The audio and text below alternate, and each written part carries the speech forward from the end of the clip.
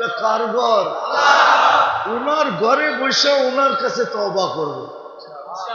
আর উনি এখন ডাকতেও আছেন তওবা করার জন্য। হাল মিন মুস্তাগফির করবেন? কে কে করবেন দেখি? পাক্কা মনের থেকে? তাইলে বইলা দেন আল্লাহ তওবা করলাম। নামান যদি মনের থেকে বইলা থাকেন রব্বে কাবার কসম, রব্বে মুহাম্মাদের কসম, রব্বা হাদাল বাইতের কসম, আপনার গুনাহ মাফ। আপনি জানেন না আল্লাহ আপনাকে কত ভালোবাসে? আমি জানি না আল্লাহ আমাকে কত ভালোবাসে। আমরা জানি না কত ভালোবাসে। আল্লাহ ভালোবাসে। এখন শুধু বাকি রইল অঙ্গীকার করেন যে যা করছি করছি, কমসে কম সামনের 10টা রাত্র কাজে লাগাবো, 10টা দিনও কাজে লাগাবো।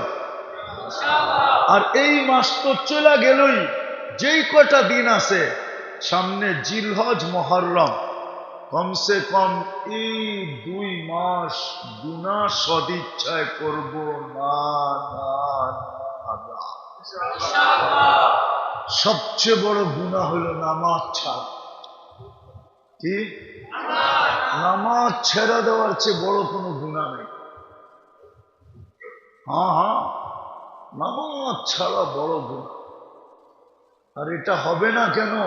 স্বয়ং আল্লাহ ডাকে, মালিক ডাকলো আর গেল না। এটা কি সবচেয়ে বড় অপরাধ না? অপরাধ না? হ্যাঁ,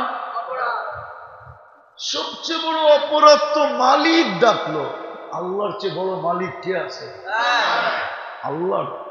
আজকের থেকে নামাজ ছাড়বো, পাক্কা ওয়াদা? হ্যাঁ, নামাজ সামনের 10টা রাত্র, 10টা দিন। আমরা এরকম একটা পরিবেশ বানাই এই এলাকায় যে সবাই বুঝুক যে এই 10 রাত্রের মূল্য কত, 10 রাত্রের দাম কত, 10টা দিনের দাম কত। আবার 1 বছর অপেক্ষা করতে হবে যদি এই 10 রাত্র 10 দিন হাতছাড়া হয়। আর 1 বছর পরে পাবো কি পাবো না আল্লাহ জানে। ইনশাআল্লাহ মূল্যায়ন করবেন তো? পাক্কা? যতটুক সাধ্য ছিল বুঝাইয়া দিলাম, বাকি উফাউযু আমরি ইলাল্লাহ, আল্লাহর কাছে ছেড়া দিলাম।